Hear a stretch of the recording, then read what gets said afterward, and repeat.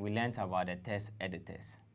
We looked at the definition of text editor, and we also saw some examples of text editors. In today's lesson, we are going to look at word processors. At the end of this lesson, I expect you to know what a word processor is and also mention some examples of word processor. Let's take a look at the definition for word processor. So a word processor is a computer program that provides input, editing, formatting, and output of text. Let's take note of these keywords. Word processor. So you should know that it's a software application.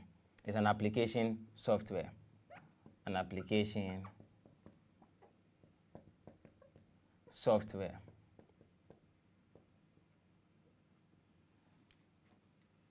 It helps you to what? Input. Just the same as the text editor. It helps you to do what? Input. Edit. And also what? Format.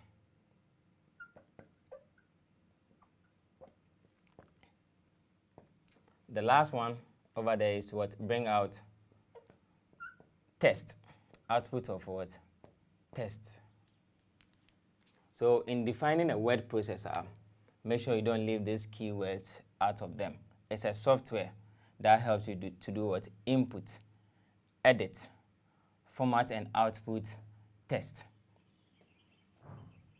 When comparing the word processor to the text editor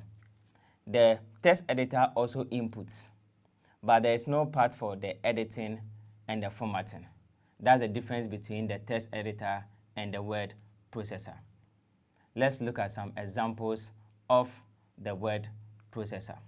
So examples of word processing application.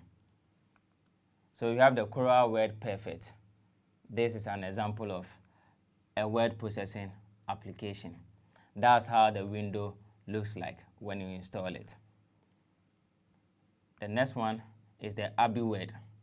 This is also a word processor. You could see you have the editing part over there, you have the formatting tool on it, and you have your big space where you can create your document or input your text.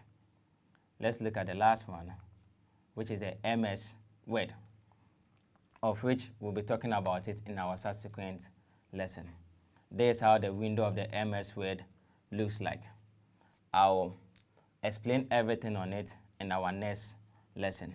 I'll show you how to launch the MS Word and also talk about the features of the MS Word. In the beginning of the lesson, our objective is to know what a word processor is and also mention some examples of the word processor. In our next lesson, we'll be looking at the MS Word, where I'll be showing you how to launch the MS Word, where MS stands for Microsoft Word. See you in the next lesson.